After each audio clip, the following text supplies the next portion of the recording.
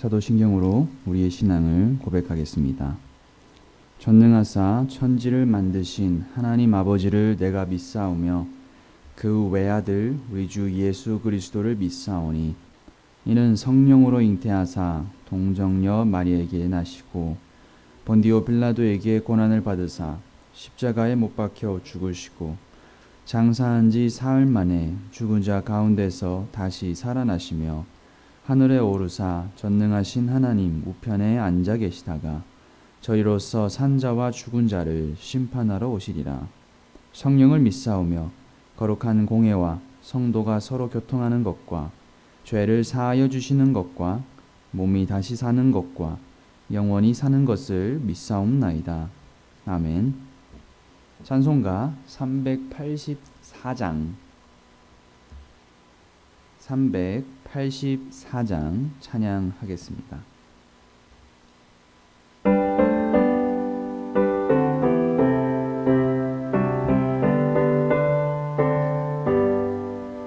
나의 갈 길 다가도록 예수 인도하시니 내 주 안에 있는 긍을 어찌 의심하리요.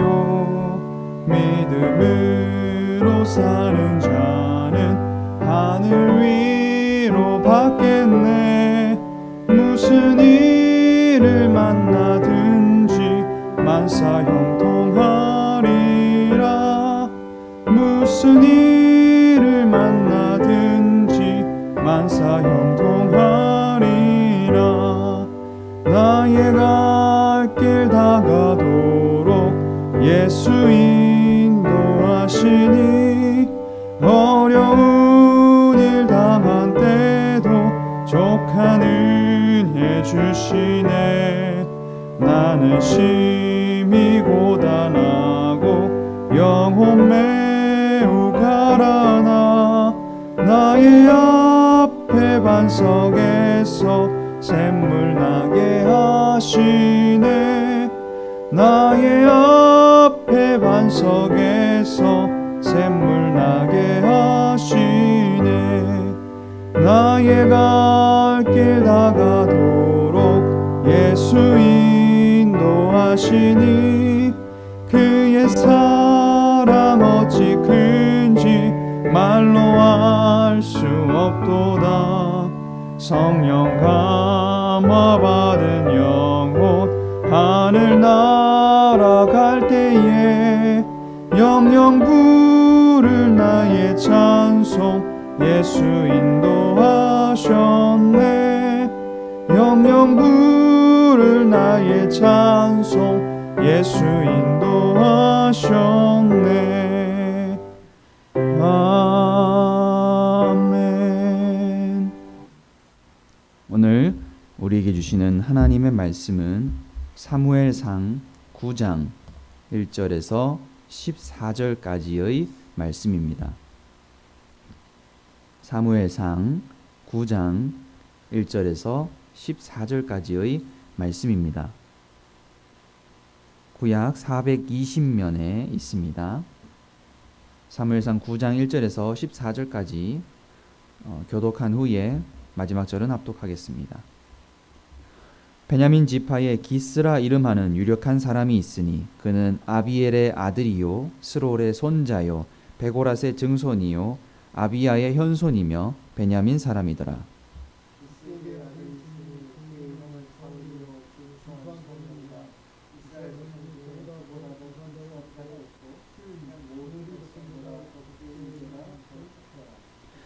사울의 아버지 기스가 암나기들을 잃고 그의 아들 사울에게 이르되 너는 일어나 한 사환을 데리고 가서 암나기들을 찾으라 하매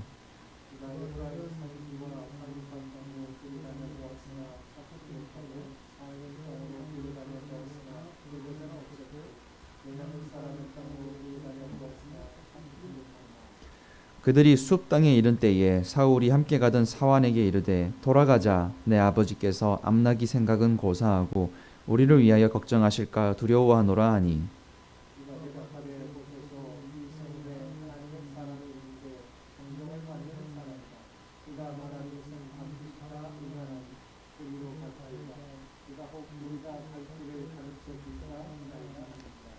사울이 그의 사환에게 이르되 우리가 가면 그 사람에게 무엇을 드리겠느냐 우리 주머니에 먹을 것이 다 하였으니 하나님의 사람에게 드릴 예물이 없도다 무엇이 있느냐 하니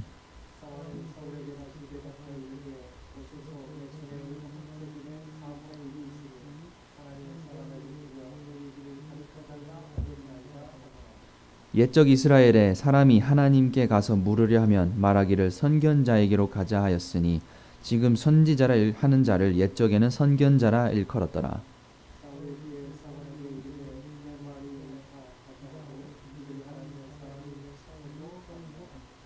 그들이 성읍을 향한 비탈길로 올라가다가 물기르러 나오는 소녀들을 만나 그들에게 묻되 선견자가 여기 있느냐 하니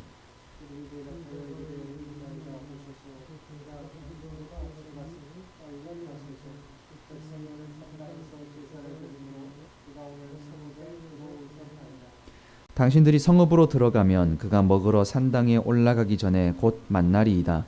그가 오기 전에는 백성이 먹지 아니하나니 이는 그가 재물을 축사한 후에야 청함을 받는 자가 먹음이니이다. 그러므로 지금 올라가소서 곧 그를 만나리이다 하는지라. 그들이 성읍으로 올라가서 그리로 들어갈 때에 사무엘이 마침 산당으로 올라가려고 마주 나오더라. 아멘. 오늘도 새벽을 통하여 하나님의 말씀을 듣는 여러분에게 하나님의 은혜와 축복이 함께 하시기를 기도합니다. 성경에서 하나님의 사람의 정의는 하나님의 형상입니다. 하나님을 닮은 형상으로서 우리는 하나님의 자녀라고 불림을 받습니다. 영이신 하나님의 형상, 영적 존재로서 사람은 하나님과 친밀감을 갖고 생명과 평안을 누리며 살아갑니다. 반면에 하나님과의 교제가 끊어지면 육신의 생각이 강해지게 됩니다. 육신은 잘못이 없지만 육신에만 머무는 삶은 자신만을 생각하고 생명을 가볍게 여기면서 야만의 시대를 살아가게 됩니다. 또한 자신이 어떠한 존재인지 분명하게 알고 있었던 겸손이 사라지고 계속해서 한계를 넘어가려는 시도를 하게 됩니다. 그 모습을 잘 보여주는 것이 바로 이스라엘의 왕에 대한 집착입니다. 8장에서 이스라엘은 사무엘이 늙고 그의 아들들이 사사의 역할을 제대로 수행하지 못하게 되면서 다시 블레셋의 위협에 시달리게 됩니다. 그래서 이스라엘의 장로들은 사무엘을 찾아가 당신의 아들이 하나님을 제대로 섬기지 않고 이스라엘을 다스리지 못하니 새로운 왕을 세워달라고 요청합니다. 이스라엘은 하나님이 어떠한 존재인지를 전혀 알지 못하기에 왕이신 하나님에게 우리의 왕을 보내달라고 말하고 있습니다. 이스라엘은 하나님을 경외하지 않고 권력과 힘을 추종하는 땅의 사람들과 같은 모습을 보여주고 있습니다. 사무엘은 하나님의 말씀을 따라 처음에 반대를 내려놓고 왕을 세워주겠다라고 선언하였습니다. 이제 누가 초대 왕이 될 것인가? 모두의 관심을 받는 가운데 오늘 말씀에 드디어 사울이 등장하게 됩니다. 오늘 말씀 1절과 2절에 기스와 그의 아들이었던 사울은 베냐민 지파의 사람이었다라고 합니다. 이스라엘의 첫 왕이 될 사람이 베냐민 지파였다라는 사실은 아주 놀라운 것입니다. 베냐민 지파는 사사시대를 거치면서 내전으로 인해 이스라엘 지파 가운데 멸족의 위기를 겨우 넘겼던 가장 약한 지파였기 때문입니다. 사울은 준수한 소년이었는데 라고 적혀 있는데 직역하면 젊고 좋은 소년이었다라는 것입니다. 본문은 이스라엘 자손 가운데 사울이 가장 훌륭하였다라고 평가하며 키도 다른 이들보다 어깨 위만큼 더 컸다고 묘사를 하고 있습니다.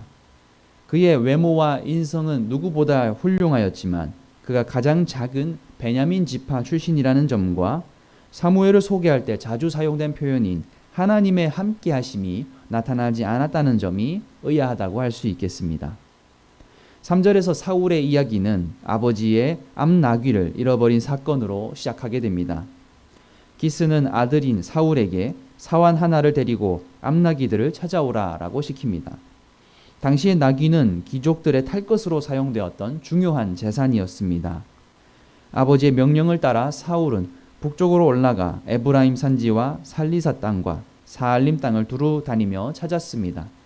그러나 거기에 암나귀는 없었고 다시 베냐민 땅으로 돌아와 찾았지만 나귀를 찾을 수 없었습니다.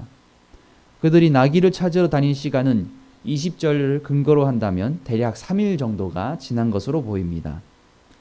하나님의 섭리는 은밀한 방식으로 사울을 이끌어 가셨습니다. 사울이 아버지를 염려하여 집으로 돌아가려 할 때에 바로 눈앞의 성읍에 하나님의 사람이 있다고 사환이 설득하며 하나님의 사람에게 드릴 예물이 없다는 사실이 새 난관으로 등장하게 될 때 사환에게는 약간의 돈이 있다라고 합니다. 모든 난관은 극복되어지고 사울은 하나님의 사람을 만나러 가게 됩니다. 이렇게 하나님은 보이지 않지만 사울을 선지자 사무엘에게 인도하십니다. 하나님께서 사울을 인도하시기 위해 사용하신 섭리의 도구는 암나귀와 사환, 물깃는 소녀들이었습니다. 사울과 사환은 비탈길을 올라가다 물깃는 소녀들을 만나게 됩니다. 사울은 하나님의 사람이 성읍에 있는지 묻습니다. 소녀들은 그 사람이 마침 제사를 지내려 막 도착하였으며 저녁 전에 만날 수도 있다는 정보를 줍니다. 이렇게 하나님은 사울을 사무엘의 곁으로 인도하시며 동시에 사무엘은 사울이 찾아오기 전날 16절에 따르면 하나님으로부터 베냐민 땅에서 한 사람이 올 테니 그에게 기름을 붓고 지도자로 삼으라고 말씀을 받았습니다. 하나님께서는 사울을 왕으로 세우시기 위해 역사를 진행하고 계셨습니다. 오늘 말씀은 앞의 장을 보았을 때에 이스라엘이 사무엘에게 왕을 요구한 사건을 배경으로 합니다. 따라서 성경은 하나님으로부터 단절된 사람들이 보이는 모습이 무엇인지를 보여줍니다. 이스라엘은 다른 나라처럼 힘의 지배에 근거한 강력한 왕을 세워달라고 요청하였습니다. 이들이 왕을 요구한 것은 한두 번이 아니었습니다. 기드온이 300명의 정예부대를 이끌고 미디안의 군대를 대파하였을 때도 이스라엘은 왕이 되어줄 것을 요청했습니다. 또 그 아들 아비멜렉이 스스로 세겜에서 이스라엘의 왕으로 즉위한 사건도 있었습니다. 그러나 3년 만에 아비멜렉은 세겜 사람들과 불화를 일으키게 되고 죽임을 당하였습니다. 그로부터 100년이 지난 사무엘의 시대에 이스라엘은 여전히 왕을 세워줄 것을 요청했다는 점은 오랫동안 그들에게 왕에 대한 욕구가 지속되어 왔음을 말하고 있습니다. 사실 그 배경 아래에서 한나가 사무엘상 2장에서 사무엘을 주신 하나님께 감사하며 부른 찬양에는 왕의 출현이 예고되어 있었습니다. 그리고 사무엘의 등장을 보아도 하나님께서 때가 이르면 하나님 마음에 합당한 사람을 왕으로 세우실 것이었습니다. 위로부터 오는 능력이 입혀질 때까지 머물러서 하나님의 임재를 기다려야 했던 이스라엘은 하나님께서 세우실 왕을 기다리지 못하였습니다. 그들은 지속해서 열방의 왕들과 같은 세속적인 왕을 간절히 원했습니다. 그들은 하나님과 단절되어 끊임없는 결핍을 느꼈기 때문이었습니다. 그렇게 하나님이 선택한 사람은 오늘의 말씀대로 사울이었습니다. 그는 겸손과 순종의 사람이었습니다. 그러나 그는 사무엘에게 여러 번 등장했던 하나님의 사랑과 같은 표현이 나오지 않으며 나귀를 찾을 때에도 지혜가 있어 보이는 행동을 하지는 않았습니다. 또 그는 이스라엘을 구해보겠다는 특별한 소명을 가졌거나 왕이 되기 위한 야망을 가진 인물도 아니었습니다. 사울은 비록 하나님의 뜻에 합당한 인물은 아니었지만 하나님께서는 사울을 통해서 이스라엘을 구원하시려 했습니다. 이 사건이 비록 우리의 시선으로 볼 때에 하찮게 보일 수 있습니다. 그러나 그 이면에는 하나님의 크신 경륜이 숨어 있습니다. 오늘 기록된 이 사건도 바로 그러한 하나님의 섭리가 작용하고 있습니다. 오늘 우리는 이 말씀을 통해서 인생의 세세한 부분까지 하나님의 손길이 미치고 계시다는 것을 명심해야겠습니다. 그리고 하나님께서 사울과 같이 가장 미약한 자를 선택하신 것은 하나님의 주권과 지혜가 우선이 되어야 한다는 것을 우리에게 보여주시려는 것으로 보아야 되겠습니다. 하나님께서는 지금도 하나님을 순종하는 사람을 찾으시고 그들을 통해 하나님의 뜻을 이루어 가십니다. 그러므로 하나님께 기꺼이 내 생각을 굴복시켜 순종을 선택한다면 우리는 하나님이 베푸시는 온갖 은혜와 축복을 경험하게 될 것입니다. 우리는 이스라엘처럼 나에게 당장 하나님의 능력과 지혜를 달라고 구하기보다는 영의 사람으로서 능력이 나에게 임재할 때까지 말씀을 붙잡고 기도해야 합니다. 이스라엘은 하나님과의 관계가 끊어졌기 때문에 육신의 생각으로 가득 찼으며 블레셋을 보고 두려워하였습니다. 자신들을 지켜주시는 하나님을 신뢰하지 못하였고 자신들의 걱정을 제어하지 못했습니다. 이스라엘에게 사울을 보내신 것처럼 하나님께서는 이 땅에 펼치는 거룩한 사역에 그러한 사람을 사용하실 것입니다. 우리 또한 우리의 내면과 고집을 내려놓고 순종하기를 기대하도록 합시다. 기도하겠습니다. 하나님 아버지, 참으로 감사를 드립니다. 오늘 말씀을 통하여 하나님께서는 사울을 택하시고 그 사울의 배경과 집안을 생각할 때에 그가 미약한 자임에 틀림없음에도 하나님께서는 그를 왕으로 세우려 하셨습니다. 주님, 사무엘이 이스라엘 백성을 다스리고 있음에도 그들은 사무엘과 하나님을 신뢰하지 못하였습니다. 오늘 우리의 삶 또한 하나님 아버지를 신뢰하지 못하고 세상의 흐름과 시대를 빠르게 훑어보고 있는 것은 아닙니까? 좋으신 하나님 아버지, 저희가 하나님만 의지하며 살아가게 하여 주시고 우리 또한 사울과 같이 미약하지만 하나님을 의지하며 살아갈 때에 주님께서 우리를 통하여 이루시는 하나님 아버지의 뜻을 우리가 알게 하여 주시고 우리가 그 뜻을 신뢰하며 살아가게 도와주시옵소서. 우리가 이제 하나님께 순종하는 사람이 되어서 모든 것을 하나님께 맡기고 순종할 수 있는 지혜를 허락하여 주시옵소서. 이 모든 말씀 우리 주 예수 그리스도의 이름으로 간절히 기도합니다. 아멘. 우리 함께 기도하며 나아갈 때에 하나님의 사람이 될 수 있도록 우리가 마음을 모아서 기도했으면 좋겠습니다.